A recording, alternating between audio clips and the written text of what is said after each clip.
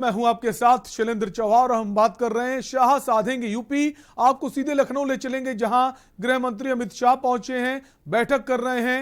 जो पूर्व सांसद हैं, पूर्व विधायक हैं, उनको भी बैठक में शामिल किया गया। ये और श्री कृष्ण की कर्मभूमि, जन्मभूमि, ये उत्तर प्रदेश तथाकथ बुद्ध की कर्मभूमि, निर्वाण भूमि है। आदिनाथ, ऋषभनाथ और संत कबीर की भूमि, महाराजा सुहेलदेव और पंडित मदन मोहन मालवीय की भूमि। मगर बहुत सालों से उत्तर प्रदेश को ये एहसास नहीं होता था। मुगलों का शासन गया तब से, जब तक 2017 में भाजपा की सरकार बनी, ये एहसास नहीं हुआ कि बाबा विश्वनाथ, भगवान श्री कृष्ण और अयोध्या में रामलल्ला की भूमि है। ये एहसास होना तब शुरू हुआ जब भारतीय जनता पार्टी की 2017 में पूर्ण बहुमत की सरकार।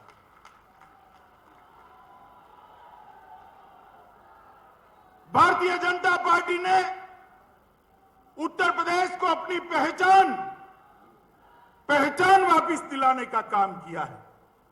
भारतीय जनता पार्टी ने उत्तर प्रदेश को देश का सबसे प्रमुख राज्य बनने की दिशा में बहुत आगे ले जाने का काम किया है। और भारतीय जनता पार्टी ने पहली बार ये सिद्ध किया है कि सरकारें जो बनती है वो परिवार के लिए नहीं होती है। सरकारें सूबे के सबसे गरीब से गरीब व्यक्ति के लिए। और मित्रों, आज फिर से चुनाव के नगाड़े बजे हैं।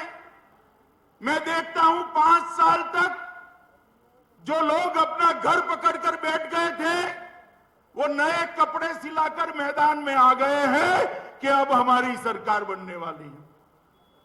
भाई, एक हिसाब जरूर आप हमारा भी हिसाब मांग सकते हो। योगी जी है, योगी जी से मांगिए, हमारे प्रदेश अध्यक्ष से मांगिए, हमारे उप मुख्यमंत्री से, जो हिसाब मांगना है मांगिए।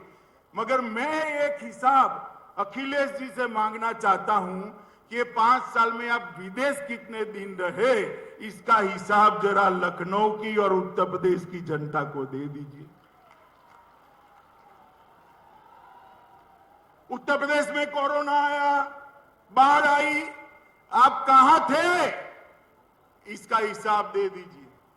मित्रों, ये लोगों ने शासन स्वयं के लिए, परिवार के लिए और ज्यादा से ज्यादा सोच बहुत बड़ी हो गई तो अपनी जाति के लिए किया है।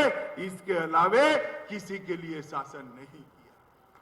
मोदी जी के नेतृत्व में योगी आदित्यनाथ ने जो सरकार चलाई, वो सरकार यूपी के हर गरीब गुरबे के लिए चली है, यूपी के युवा के लिए चली है, यूपी के महिला, दलित, पिछड़े और आदिवासियों के लिए चली। मित्रों, ये परिवर्तन 2017 में आया था। मैं आपको फिर से याद कराना आया हूं मित्रों। 2014 में परिवर्तन की शुरुआत हुई। उस वक्त में यूपी भाजपा का इंचार्ज था। 2017 में राज्य सरकार बनी, तब मैं राष्ट्रीय अध्यक्ष के रूप में यहां डेरा डाला हुआ था। और 2019 में फिर से मोदी जी को हम सब ने प्रचंड बहुमत से प्रधानमंत्री बनाया, तब भी मैं राष्ट्रीय अध्यक्ष। मैंने तीनों चुनावों को देखा है। हर चुनाव में हमने सदस्यता शुरू करी थी। आज भी ये चौथा चुनाव है। 2022 के चुनाव का श्री गणेश आज की सदस्यता अभियान से हम कल कार्यक्रम देखकर बहुत सारे पत्रकार भाइयों के फोन आए कि भाई 1,86,00,000 आपके सदस्य है, नई सदस्यता काय को, और सिर्फ यूपी में क्यों? मैंने कहा भाई, बाकी सारी पार्टियों के लिए चुनाव, बाकी सारी पार्टियों के लिए चुनाव सत्ता हथियाने का जरिया है। भारतीय जनता पार्टी के कार्यकर्ता के लिए चुनाव पार्टी की विचारधारा को घर घर पहुंचाने का चुनाव, जनता की समस्या को जानने का चुनाव, सरकार ने किए हुए कामों को लोगों तक पहुंचाने का और हिसाब देने का चुनाव और पार्टी का विस्तार करने का चुनाव। हम परिवार नियोजन में तो मानते हैं, मगर जब भाजपा की बात आती है तो ये नियम हम तोड़ देते हैं। सबसे ज्यादा सदस्य भारतीय जनता पार्टी के होने चाहिए। भारतीय जनता पार्टी अपने विस्तार के लिए ज्यादा से ज्यादा प्रयत्नशील होती है और इसीलिए चुनाव भारतीय जनता पार्टी के लिए सत्ता हथियाने का जरिया नहीं है। चुनाव भारतीय जनता पार्टी के लिए एक लोकतंत्र का महोत्सव है, लोक संपर्क का एक जरिया है, लोक संग्रह का एक जरिया है। लोगों के साथ भारतीय जनता पार्टी का संपर्क और संपर्क के द्वारा लोगों का संग्रह मतलब सदस्यता कराना, ये भारतीय जनता पार्टी का एक अभियान है। इसके साथ साथ मेरा परिवार भाजपा परिवार, ये अभियान का शुभारंभ हुआ है। लगभग मेरा भारतीय जनता पार्टी के 86 लाख कार्यकर्ता अलग अलग स्थान पर एक्टिवली काम कर रहे। 86 लाख कार्यकर्ता, 46 लाख। ये सबको मेरा आह्वान है, एक भी घर ऐसा न लग जाए जिस घर पर भाजपा का पट्टी न लगा हो। मेरा परिवार भाजपा का परिवार, और जब पट्टी लगाने जाते हैं इनके हालचाल भी पूछना है और मोदी और योगी सरकार ने किए हुए कामों को भी उन तक पहुंचाना है। मित्रों, ये भारतीय जनता पार्टी है जो लोगों की बातों को जानती है। वो जो आप लेकर आएंगे पार्टी को देंगे। धर्मेंद्र प्रधान और स्वतंत्र देव इसको संकलित कर 2022 से 2027 का अपना चुनावी घोषणा पत्र भी बनाएंगे मित्रों। और एक घोषणा पत्र हमारे यहां कोई एनजीओ नहीं बनाता है। भारतीय जनता पार्टी में घोषणा पत्र कोई सर्वे एजेंसियां नहीं बनाती है। लाखों करोड़ों कार्यकर्ता ये उत्तर प्रदेश की 22 करोड़ की जनता का संपर्क कर उनकी इच्छा को जानकर उनकी इच्छा का एक प्रतिघोष इस घोषणा पत्र में दिखाते हैं। 2017 में भी सैकड़ों रथ निकले थे, लोक संपर्क हुआ था और उसके बाद घोषणा पत्र हुआ था। मैं आज गर्व के साथ कह सकता हूं, इतने सारे पत्रकार हैं, हमारे घोषणा पत्र को उठाकर देख लीजिए। योगी जी और उनकी टीम ने 90% से ज्यादा वादों को पूरा करने का काम कर दिया। मैं तो हिसाब कर आया हूं क्योंकि मुझे जवाब देना था। घोषणा पत्र मैंने ही रिलीज किया था। उसका 90% वादा योगी जी ने पूरा कर लिया है।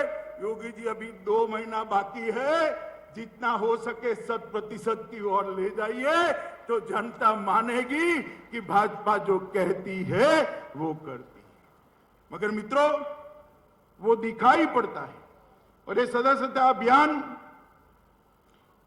29 अक्टूबर से पूरे दिसंबर महीने तक, नवंबर और दिसंबर 31 तक चलेगा।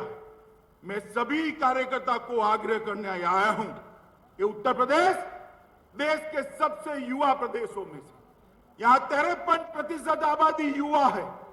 53% युवाओं को पार्टी के साथ जुड़िए, गरीबों को पार्टी के साथ जुड़िए, महिलाओं को पार्टी के साथ जुड़िए, दलित, पिछड़े, गरीब को पार्टी के साथ जोड़ने का काम भारतीय जनता पार्टी का कार्यकर्ता करे। और इसके साथ साथ पुराने कार्यकर्ता को भी जागरूक करने का काम इस सदस्यता अभियान में भारतीय जनता पार्टी ने करना है। मित्रों, आज दीपावली के अवसर पर मैं उत्तर प्रदेश के सभी कार्यकर्ता और उत्तर प्रदेश की जनता को इसकी बधाई देना चाहता हूं, अग्रिम बधाई देना चाहता हूं। मगर साथ साथ उत्तर प्रदेश के सभी घर पर मेरा परिवार, भाजपा परिवार का तोरण द्वार से सजाकर आप यूपी भाजपा को समर्थन करिए, ऐसा भी मैं आह्वान करने आया हूं। और मित्रों, ये अभियान एक क्रांति और चेतना के रूप में उभरेगा।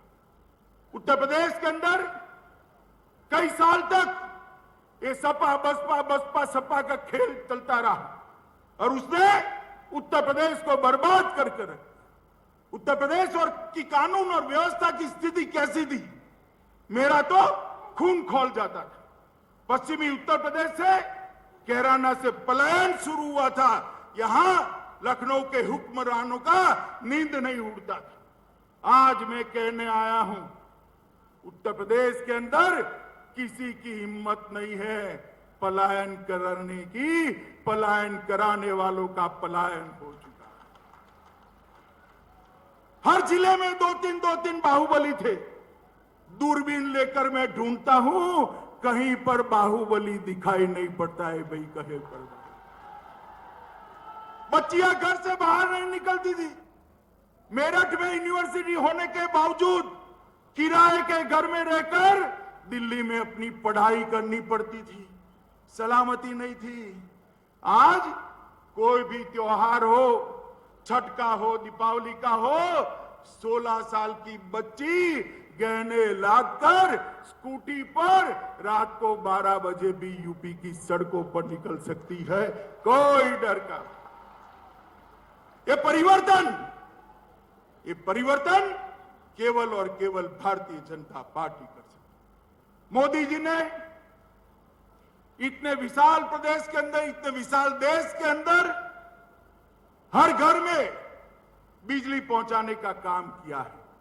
भाई धर्मेंद्र भाई यहां बैठे हैं, पेट्रोलियम मंत्री थे, मैं पार्टी का अध्यक्ष था। मोदी जी ने घोषणा कर दी कि हम देश के हर गरीब के घर में गैस पहुंचाएंगे। अखबार वाले मजाक उड़ाते थे, मखौल उड़ाते थे। 11 करोड़ गैस बांटना कोई बच्चों का खेल है? हाँ भाई, बच्चों का खेल नहीं था, मगर हमने कर दिखाया। आज मैं गर्व के साथ कहता हूं, हर गरीब के घर में गैस पहुंचाने का काम, 11 करोड़ गैस पहुंचाने का काम हो चुका है। हर गरीब के घर में शौचालय पहुंचाने का काम समाप्त हो गया है। अब गरीब के घर में बिजली पहुंचाने का काम समाप्त हो गया है। 10 करोड़ लोगों को घर देने का 2022 दिसंबर के पहले लक्ष्यांक रखा है, वो भी पूरा हो जाएगा। देश के 60 करोड़ गरीबों को 5 लाख तक का स्वास्थ्य का पूरा खर्चा आज नरेंद्र मोदी और योगी सरकार दे रहे हैं। मित्रों, नरेंद्र मोदी सरकार 60 करोड़ लोगों को 5 लाख तक। अब हर घर में नल से जल पहुंचाने की योजना हाथ में ली है। यूपी में वो योजना भी द्रुत गति से चालू है। मुझे विश्वास है 2022 में फिर से हम 300 पार करने वाले हैं और योगी जी के नेतृत्व में नल से जल की योजना भी यहां समाप्त होकर रहेगी। मित्रों, एक बहुत बड़ा परिवर्तन उत्तर प्रदेश के समाज पार्टी का है, उनको भी मैं बधाई देता हूं और धन्यवाद देता हूं। जहां पर राजनीतिक स्ट्रेटजी बन रही है, ये उत्तर प्रदेश वो है जो राजनीति को दिशा देती है।